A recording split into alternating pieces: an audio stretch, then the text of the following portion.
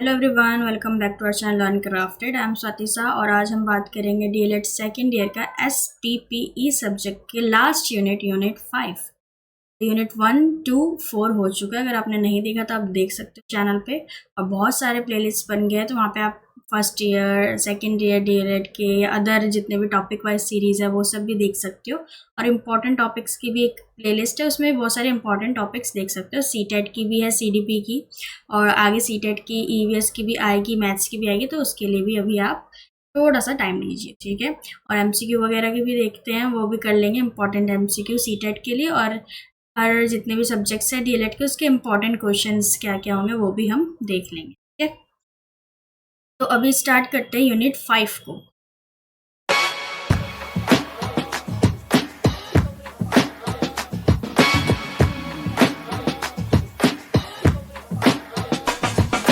इसमें सबसे पहले हम पढ़ेंगे ह्यूमन राइट्स के बारे में। ह्यूमन राइट्स की ज़रूरत क्यों है, नीड क्या है और इम्पोर्टेंस क्या है, कि ये बहुत ही हमारे लिए महत्वपूर्ण क्यों है, ठीक है। सबसे पहले need of human right. Human right की ज़रूरत क्यों है हमें।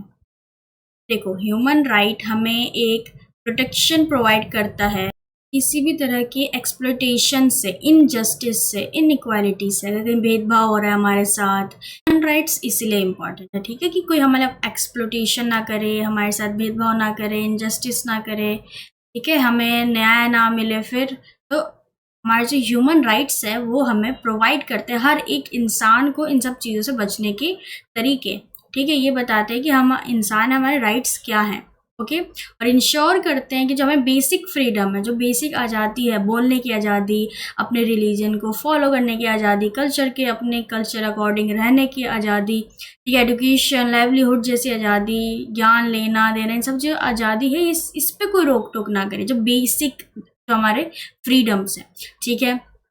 और साथ ही साथ में ये हमें ये भी सिखाता है कि कैसे हम अपने रिस्पेक्ट करें और अपने साथ साथ दूसरे रिलीजन, कल्चर, ट्रेडिशन की भी रिस्पेक्ट करें, और एक साथ मिलके शांति से हम इस डाइवर्स कंट्री में रह सकें, जहाँ पे बहुत सारे अलग अलग तरह के लोग रहते हैं, ठीक है। और साथ में इस डेमोक्रेटिक सोसाइटी में पीसफुली रह सकें। और साथ ही में ये प्रोटेक्ट करते हैं हमारे मोरल और लीगल जितने भी डिस्क्रिमिनेशन हो रहे हैं उनसे। अगर कोई भी मोरली हमारे साथ डिस्क्रिमिनेशन कर रहा है तो उससे प्रोटेक्ट करते हैं ह्यूमन राइट को, लीगली भी हमें प्रोवाइड करते हैं प्रोटेक्शन, ठीक है। किसी भी तरीके के जितने भी हमें डिस्क्रिमिनेशन फेस करते हैं, भेदभाव हो गया, कुछ भी हो गया जो गलत है, उन सब चीज़ों से प्रोटेक्शन देते हैं। तो इसलिए नीड है ये हमारे ह्यूमन राइट्स की, ठीक है। आगे है importance of human right. Human right का इम्पोर्टेंस क्यों है, ये थोड़ा सा मिलता जुलता होगा, ठीक है, बट इम्पोर्टेंस इसलिए है क्योंकि ये प्रमोट करता है इक्वालिटी को, जस्टिस को और फ्रीडम को सभी के लिए, कि सभी लोग इक्वल हैं, सभी के साथ न्याय होना चाहिए और सभी को आज़ादी मिले। और साथ ही में ये हमें मदद करता है जो हमारे पुराने और बेकार ट्रेडिशंस थे, जो ऐसे रूल्स थे जो बिल्कुल ही बेकार थे, जैसे कि अनटचेबिलिटी, भेदभाव, जैसे छुआछूत की, छोटी जात का इससे छूना नहीं है, ये हमारे यहाँ से पानी नहीं पी सकता, ऐसे जो एविल जो सोसाइटी के जो रूल्स थे, जैसे चाइल्ड मैरिज जैसे रूल्स, या हमारे जो लेबर, जो बच्चे लेबर का काम करते थे, वैसे जो रूल्स थे वो सबसे बचाता है हमें ह्यूमन राइट, ठीक है। साथ ही में ये हमें इंकरेज करता है कि हम सब साथ मिलकर वोट देकर अपने एक रिप्रेजेंटेटिव को चुन सके, डेमोक्रेटिकली पार्टिसिपेट कर सके, हर किसी चीज़ में हम अपना भी विचार, अपना भी मुद्दे रख सके। इसको भी इंश्योर करता है, प्रमोट करता है, और एक अच्छे रिस्पॉन्सिबल सिटीजनशिप बनाता है और हमें देता है। और साथ ही में जो हमारे वीकर मार्जिनलाइज सेक्शंस हैं, जो जिन्हें ज़रूरत है प्रोटेक्शन की, उन्हें प्रोटेक्शन देता है, जैसे वुमेन को, चिल्ड्रंस को, डिसेबल्ड बच्चों को या माइनॉरिटीज़ को, ठीक है। और साथ ही में क्रिएट करता है एक ऐसा फाउंडेशन जो पूरे वर्ल्ड में पीस फैलाए, शांति फैलाए, मिलजुल के सब रहें, कोऑपरेशन के साथ, और डेवलपमेंट भी करें। तो इसलिए ये इम्पॉर्टेंस है ह्यूमन राइट्स की, ठीक है। तो आई होप आपको दोनों पॉइंट्स अच्छे से समझ में आ गए होंगे। अब हम बात करते हैं कुछ universal declaration of human rights 1948 की, कि ये क्या है, कहाँ, कैसे आया, कैसे गया, सब कुछ। सो ये जो universal declaration of human rights है ये 10 दिसंबर 1948 को जनरल असेंबली में यूनाइटेड नेशन के द्वारा अडॉप्ट किया गया था। यूनाइटेड नेशन ने कहा था कि ये जो एक यूनिवर्सल राइट्स है, यानी कोई भी देश का वासी हो, कहीं भी रहता हो कोई इंसान, ये जो राइट्स है ये तो सभी इंसानों के लिए एलिजिबल होते हैं। ठीक है, तो इसलिए इसको कहा गया था, इसलिए प्रोक्लेम हुआ था कि ये एक यूनिवर्सल डिक्लेरेशन है ह्यूमन राइट की। पूरे यूनिवर्स के ह्यूमंस सुन लो कि ये तुम्हारा राइट्स है। ठीक है, इन राइट्स पे तुम्हें अगर कुछ करे, तुम्हें डिस्क्रिमिनेशन करे तो तुम आवाज़ उठा सकते हो।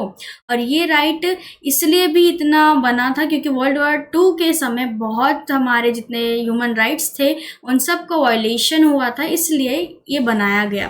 तो ये एक फर्स्ट इंटरनेशनल डॉक्यूमेंट था जो कि रिकॉग्नाइज हुआ यूनिवर्सल ह्यूमन राइट के द्वारा। ठीक है, इसके अंदर आपको टोटल 30 आर्टिकल्स मिलेंगे। ठीक है, तो वो आर्टिकल्स अगर आपको चाहिए हो तो बता देना। बाकी 30 आर्टिकल्स होते हैं। मेन फीचर यही है इसके कि इसमें मेनली आपके 30 आर्टिकल्स मिलेंगे। उसके अंदर आपका आर्टिकल 1 होगा कि राइट टू इक्वालिटी, आर्टिकल 2 होगा फ्रीडम फ्रॉम डिस्क्रिमिनेशन, आर्टिकल 3 है right to life, liberty, personal security, article 4 है फ्रीडम फ्रॉम स्लेवरी, जो मैं दास प्रथा थी, जो दास हम किसी के बन जाते थे, तो उससे फ्रीडम के बाद क्या है कि हम किसी के दास नहीं है, हमें फ्रीडम है इन सब चीज़ों से।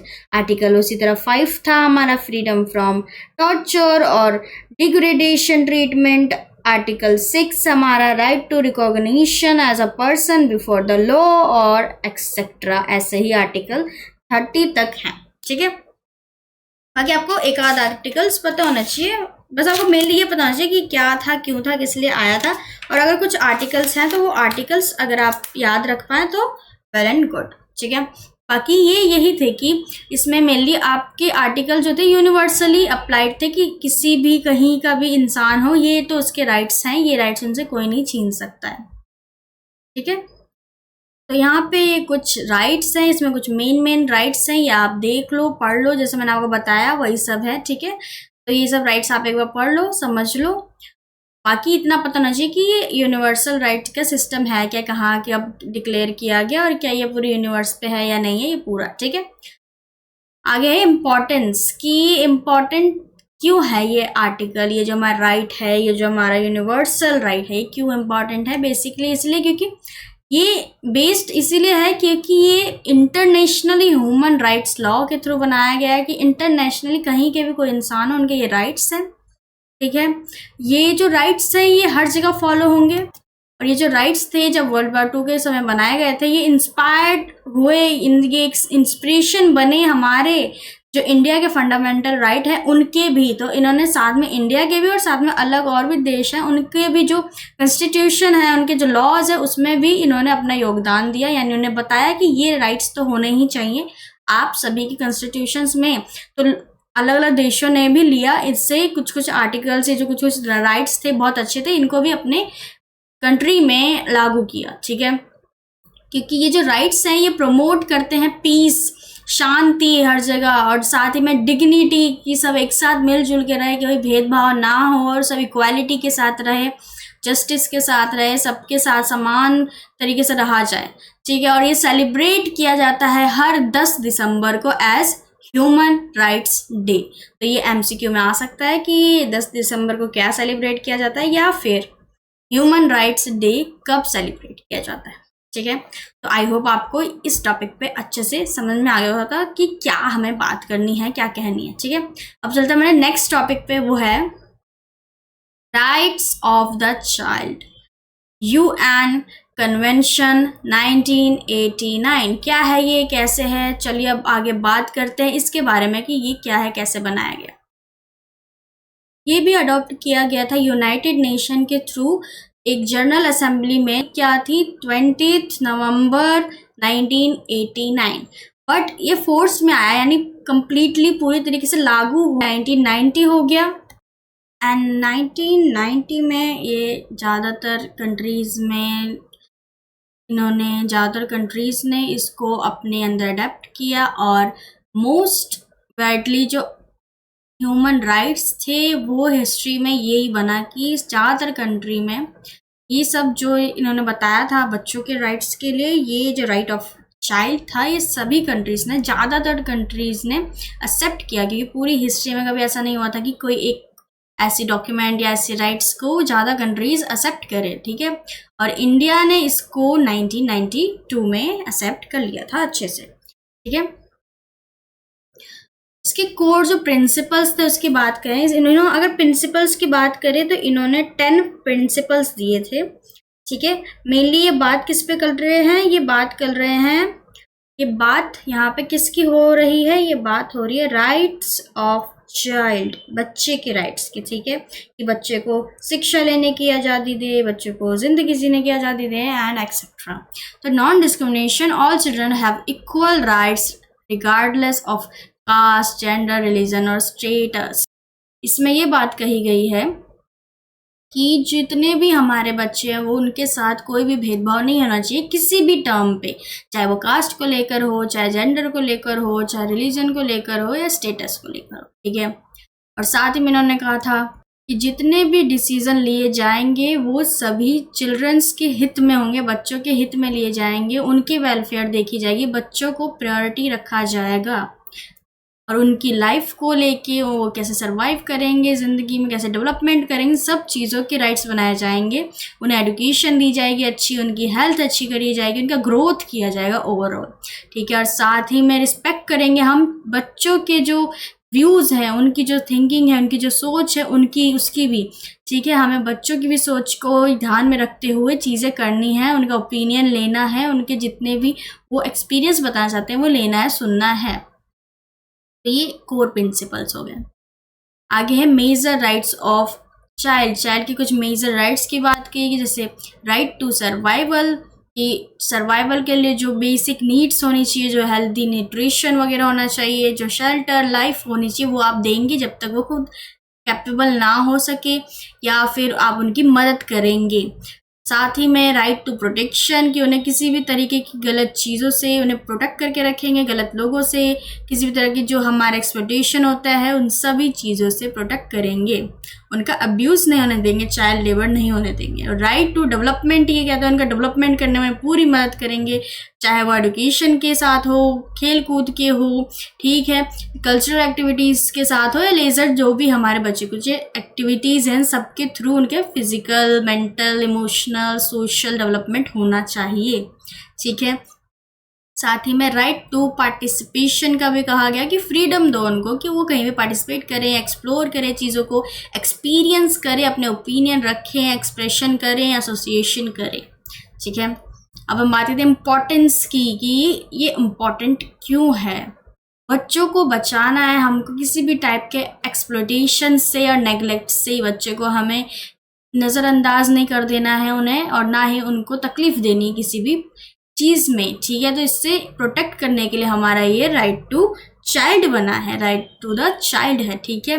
और प्रमोट करना है हमें उनके होलिस्टिक डेवलपमेंट को, ठीक है, हर तरह के physical, mental, social, emotional, moral, cultural, हर तरीके के डेवलपमेंट को प्रमोट करना है, डेवलप करना है। और हमारे जितने भी चाइल्ड वेलफेयर लॉज हैं, पॉलिसीज़ हैं, उसको वर्ल्ड वाइड पूरे देश विदेशों में भेजना है, बनाना है, प्रमोट करना है कि हर जगह के बच्चे डेवलप हो और सेफ रहें, ठीक है। और साथ ही में स्ट्रेंथन करना है हमारे जो फैमिली के जो रोल्स हैं, स्कूल्स के जो रोल्स हैं, कि स्कूल क्या क्या कर सकती है बच्चों के डेवलपमेंट में, प्रोटेक्शन में, उनको मदद करने में, गवर्नमेंट क्या कर सकती है, फैमिली क्या कर सकती है, वो सब भी बताना है, सिखाना है, जानना है बच्चों के थ्रू, ठीक है। अब हम बात करेंगे national commission on protection of child rights, इसके फंक्शंस और ड्यूटीज़ मेनली हम पढ़ेंगे। तो ये 2007 में बनाया गया था, किसके under, commission for protection of child rights act 2005 के अंदर बनाया गया था इसको, ठीक है। और इस कमीशन को किसके थ्रू बनाया गया था, किस हमारे संस्था के द्वारा, वो था हमारा ministry of women and child development, government of India का, जिसके अंदर मेनली चिल्ड्रन डेवलपमेंट और वुमेन डेवलपमेंट की बात की जाती है। इनके अंदर छोटे छोटे कमीशंस बनते हैं, और कमीशंस वो हैं जो छोटे छोटे राइट्स और लॉज भी बनाते हैं। तो ऐसे पार्ट बाय पार्ट आप देख सकते हो, ठीक है। जिसके अंदर कहा गया था कि हमें प्रोटेक्ट करना है सभी बच्चों के राइट जो कि 18 साल तक के हैं, ठीक है, UNCRC 1989 के अकॉर्डिंगली, ठीक है। और अगर किसी को फुल फॉर्म नहीं पता है UNCRC का तो मुझे बताना कमेंट में, ठीक है। और अगर किसी को पता है तो फटाफट कमेंट में लिख के बताओ मुझे क्या फुल फॉर्म है UNCRC का। ये एग्जाम में भी आ सकता है वैसे फुल फॉर्म, ठीक है। तो आपको पता है कि नहीं, ये जानने के लिए मैं भी नहीं बता रही हूँ, ठीक है। चलो आगे चलते हैं।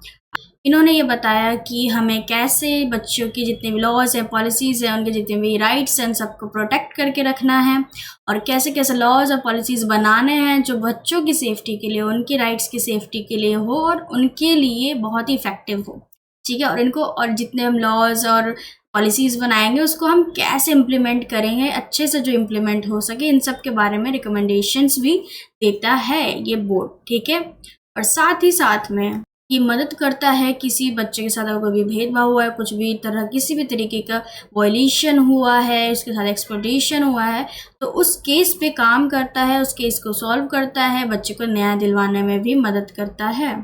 और साथ ही में ये पॉलिसी एडवाइजरी भी है, यानी कि एडवाइस करता है ये गवर्नमेंट को कि किस तरह की पॉलिसीज़ बनानी चाहिए हमें बच्चों के वेलफेयर के लिए, बच्चों के एजुकेशन के लिए, बच्चों की हेल्थ के लिए, उनके प्रोटेक्शन के लिए। और साथ ही में प्रमोट करता है अवेयरनेस को कि सभी के पास अवेयरनेस पहुँचे, सभी बच्चों के पास ये पता चले उन सभी बच्चों को कि क्या उनके राइट्स हैं, क्या उनकी हक हैं, और वो उनके हक कोई किसी से छीन नहीं सकता।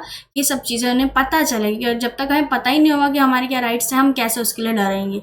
और लड़ेंगे तो कुछ कैंपेन्स करवा के, मीडिया के थ्रू, ट्रेनिंग के थ्रू, किसी भी हमारे माध्यम के थ्रू उन्हें बताना इनका काम है, फंक्शन है। और साथ ही में मॉनिटर करना सभी इंस्टीट्यूशंस को जो कि काम करते हैं बच्चों के केयर के लिए, बच्चों को प्रमोट करने के लिए, और सभी हाउसेस को, ठीक है। तो ये हो गए हमारे फंक्शंस हमारे नेशनल कमीशन के, जो national commission for protection of child right के, ठीक है। अब हम बात करते हैं इसकी ड्यूटीज़ के, कि इसकी ड्यूटीज़ क्या क्या हैं। इनकी ये ड्यूटी है कि इंश्योर करे कि सभी बच्चे को फ्री और कंपलसरी एजुकेशन मिल रही है कि नहीं, जो कि हमें RTE एक्ट 2019 में बताया गया था कि सभी बच्चों को 14 साल तक की फ्री एजुकेशन मिलेगी, उनको कोई भी पैसा नहीं देना होगा और सभी को लेनी ही पड़ेगी एजुकेशन, ठीक है। और साथ ही में इनकी ये भी ड्यूटी है कि ये प्रिवेंट करें कि किसी भी तरीके का जो चाइल्ड लेबर होता है, बच्चों से जितनी भी एक्सप्लॉयटेशन कराई जाती है, डिस्क्रिमिनेशन होता है बच्चों के साथ, या जो चाइल्ड ट्रैफिकिंग होती है, बच्चों को जो हम बेच वगैरह देते हैं, ट्रैफिकिंग में यही होता है, ठीक है, ह्यूमन ट्रैफिकिंग, इसके ना बच्चों को, ह्यूमंस को बेच देते इधर उधर देशों में। तो ये सब चीज़ें ना हो, इन सब चीज़ों से बचाना ही इनकी ड्यूटी है। और साथ ही में इनकी ड्यूटी है कि ये प्रोटेक्ट करे बच्चों को किसी भी तरीके की नेगेटिव चीज़ों से, इनकी किसी भी वायलेशन से, उन्हें सेफ्टी प्रोवाइड करें। और जितने भी मार्जिनलाइज्ड ग्रुप हैं, माइनॉरिटी वाले ग्रुप है, डिसएडवांटेज ग्रुप है, उन सभी को, उनके राइट्स को सेफ रखा जाए, ठीक है। तो सेफ्टी का काम भी ये करते हैं। और साथ ही में NGOs वगैरह, या जितने भी हमारे स्टेट कमीशंस हैं, या नेशनल हमारे इंटरनेशनल ऑर्गेनाइजेशंस हैं चाइल्ड प्रोटेक्शन के साथ, उन सब के साथ मिलजुल के भी काम करना इनके अंडर ही आता है, ठीक है। सो आई होप आपको ये समझ में आएगा। अब चलते हैं हमारे नेक्स्ट बहुत ही अच्छी राइट और कमीशन पे, वो है Delhi commission on protection of child rights, ठीक है, DCCR। इसके फंक्शंस और ड्यूटी के बारे में हम जानेंगे। तो इसका शॉर्ट फॉर्म है DCPCR, ठीक है। पहला वाला हमारा जो था national commission for protection child right, उसका था NCPCR, इसका है DCPCR। तो ये सब याद रखना, ये सब फुल फॉर्म आ सकते हैं क्वेश्चन हमारे एग्जाम्स में, ठीक है। चलो सबसे पहले तो ये जान लो ये कब कैसे कहाँ आया। तो ये भी बनाया गया था हमारे जो commission for protection of child right है 2005। तो ये भी बनाया गया इन कमीशन के अंडर, यानी इन्होंने, ये जो कमीशन बनाया इनके अंदर कुछ लोग हैं, उन्होंने ही बनाया था इसको भी, हमारे Delhi commission for protection of child right को, जो कि NCPCR भी इन्होंने ही बनाया था, ठीक है। इस समझ में आ गया। जो कि वर्क किसके अंदर करते हैं, ये government of NCT of Delhi के अंदर वर्क करते हैं, ठीक है। तो आप ये ध्यान में रख सकते हो कि ये स्पेशली दिल्ली के लिए बनाया गया था कि दिल्ली में जितने भी हम बच्चों की सेफ्टी करेंगे, बच्चों को प्रमोट करेंगे, बच्चों के एजुकेशन, उनको हेल्थ अच्छी करेंगे, सब कुछ देंगे, उनके राइट्स को देखेंगे और उनको हेल्प करेंगे डेवलप होने में, तो इन सब के अंदर दिल्ली के लिए स्पेशली बनाया गया, ठीक है। पहला वाला तो हमारा नेशनल लेवल का था, ठीक है, नेशनल लेवल पे वो देखेंगे, सब चीज़ें करेंगे, बट दिल्ली के अंदर इन्होंने बनाया, इन्होंने कहा कि हम दिल्ली के लिए एक बना रहे हैं जो सिर्फ दिल्ली के स्पेशली रहेगा, ठीक है। ये समझ में आ गया। अब हम बात करते हैं इसके फंक्शंस की, कि इसके फंक्शंस क्या हैं। आपको थोड़े मिलते जुलते ही देखने को मिलेंगे, बिकॉज ये भी वही है हमारे चाइल्ड राइट्स को प्रोटेक्ट करने के लिए, ठीक है। तो इसके अंदर दिल्ली के अंदर हम देखेंगे कि बच्चों को फुल सपोर्ट मिल रहा है कि नहीं, उनके राइट्स को अच्छे से फॉलो किया जा रहा है कि नहीं, कोई उनके साथ डिस्क्रिमिनेशन तो नहीं कर रहा, ठीक है। और ये रिव्यू करेंगे कॉन्स्टिट्यूशन को, लीगल हमारे जितने भी चीज़ें हैं कि बच्चों के लिए कोई बेकार के लॉज तो नहीं बनाए जा रहे हैं, ये सब देखने का काम इन्हीं का रहेगा। और साथ ही में ये भी बताएंगे कि जो दिल्ली में हम बच्चों को कैसे प्रमोट कर सकते हैं और कैसे हम जो नए न्यू अच्छे लॉज आ रहे हैं, रूल्स आ रहे हैं बच्चों के लिए, तो उसका इम्प्लीमेंट हम कैसे अच्छे से कर सकते हैं। साथ ही में अगर किसी बच्चे के साथ किसी भी तरीके का कोई वॉयलेशन होगा, तो कोई भी तरीके का अब्यूज़ होगा, एक्सप्लॉयटेशन होगा, चाइल्ड लेबर, ट्रैफिकिंग, कोई किसी भी तरीके के कॉर्पोरल पनिशमेंट दी जाएगी किसी बच्चे को, तो उसका ध्यान भी रखेंगे यही DCPCR, यही ध्यान रखेंगे और वही मदद करेंगे और वही उनको न्याय दिलाएंगे, ठीक है। और साथ ही में ये भी देखेंगे कि RT ने जो हमें कहा है कि फ्री एंड कंपल्सरी एजुकेशन वो सबको मिल रही है कि नहीं, बच्चों की हेल्थ न्यूट्रिशन पे भी देखेंगे उनकी हेल्थ कैसी अच्छी है कि नहीं, कोई उनके हेल्थ से खिलवाड़ तो नहीं कर रहा, उनको प्रोटेक्शन मिल रही है कि नहीं, या प्रोटेक्शन है जितनी भी सर्विसेज है वो अच्छे से मिल रही है कि नहीं, या दी जा रही है कि नहीं, वो भी यही देखेंगे। और साथ ही में ये एडवाइस करेंगे दिल्ली गवर्नमेंट को कि कैसे पॉलिसीज और बनानी चाहिए, कैसे प्रोग्राम्स बनाने चाहिए, कैसे लॉज बनाने चाहिए बच्चों के डेवलपमेंट के लिए, बच्चों के वेलफेयर के लिए। और साथ ही में ये इंस्पेक्शन करेंगे वो जितने भी हमारे चाइल्ड केयर इंस्टीट्यूशंस हैं, या जितने भी चाइल्ड से रिलेटेड हमारे घर हैं जहाँ ऑर्फनेज हैं, बच्चे रहते हैं, अनाथ बच्चे या कोई डिसेबल बच्चे, या वो बच्चे जो अकेले हैं या फिर अपने पेरेंट्स के साथ भी हैं, तो फिर भी जो बच्चे वहाँ जाते हैं, वो सब इंस्टीट्यूशन अच्छे से काम कर रही हैं कि नहीं कर रही हैं, वो कहीं बीच में कुछ घूस वगैरह तो नहीं खा रही हैं, या बीच में जब वो नहीं देख रहे हैं तो बच्चों के साथ कुछ गलत तो नहीं कर रही। तो ये सब का भी ध्यान कौन रखेगा, इंस्पेक्शन कौन करेगा, दिल्ली में करेंगे DCPCR, और नेशनल लेवल पे कौन करेंगे, NCPCR, ठीक है, समझ में आ गया। तो यही सब चीज़ें हैं आपको ध्यान में रखनी है। और जितने भी कैंपेनिंग वगैरह, वर्कशॉप्स वगैरह भी ऑर्गेनाइज करेंगे, ट्रेनिंग भी देंगे लोगों को और बच्चों को अच्छे से उनके राइट्स को फॉलो हो रहा है कि नहीं, कर रहे हैं कि नहीं, और प्रमोट करेंगे basically children's participation, children protection, children rights को। ओके, अब हम देख लेते हैं ड्यूटीज़ क्या हैं।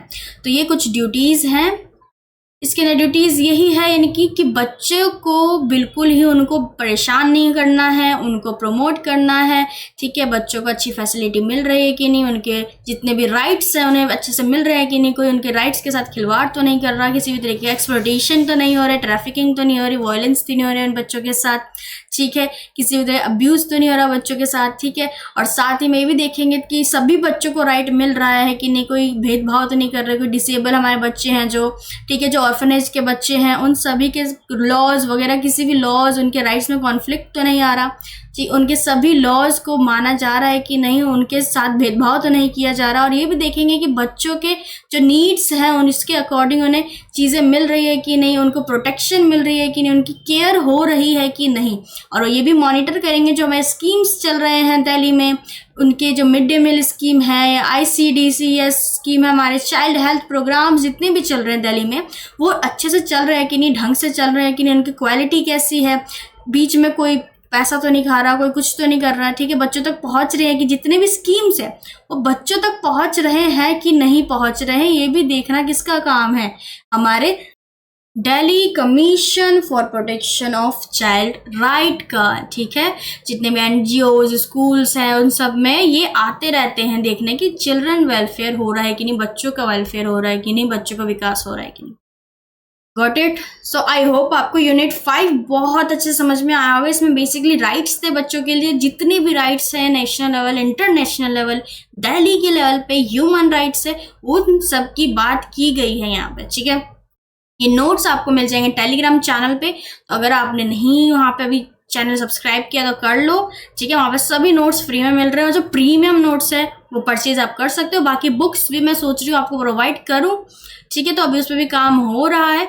और बाकी मुझे ये बता देना कमेंट करके कि कौन सी बुक आपको पहले चाहिए, ठीक है। तो अभी मैं राइट कर रही हूँ, राइटिंग में है अभी बुक, तो मुझे बता देना कौन सी बुक आपको पहले चाहिए, और अमेजोन वगैरह से ही या कैसे भी मुझे बता देना, मैं उस पर भी काम कर रही हूँ। और बाकी आपके फीडबैक बहुत इंपॉर्टेंट है मेरे लिए, ठीक है। और जो होमवर्क मैंने आपको दिया था वो ध्यान से मुझे कमेंट में लिख दो कि इसका फुल फॉर्म क्या है, ठीक है। तो आई होप आपको ये जो लेसन है, ये यूनिट है, ये बहुत अच्छे से समझ में आ गया होगा। अच्छे से समझ में आया तो प्लीज़ इसको लाइक करें, सब्सक्राइब करें, अपने दोस्तों का शेयर करें, ताकि उन्हें पता चले यहाँ पे पढ़ाई हो रही है और डीएलएड्स में आपको कितना हेल्प मिल रहा है, मुझे ये भी बताना, ठीक है। तो मुझे मोटिवेशन मिलेगी आगे और भी वीडियोस बनाने के लिए, जल्दी जल्दी वीडियोस लाने के लिए, ठीक है। तो all the best for your exams and your life.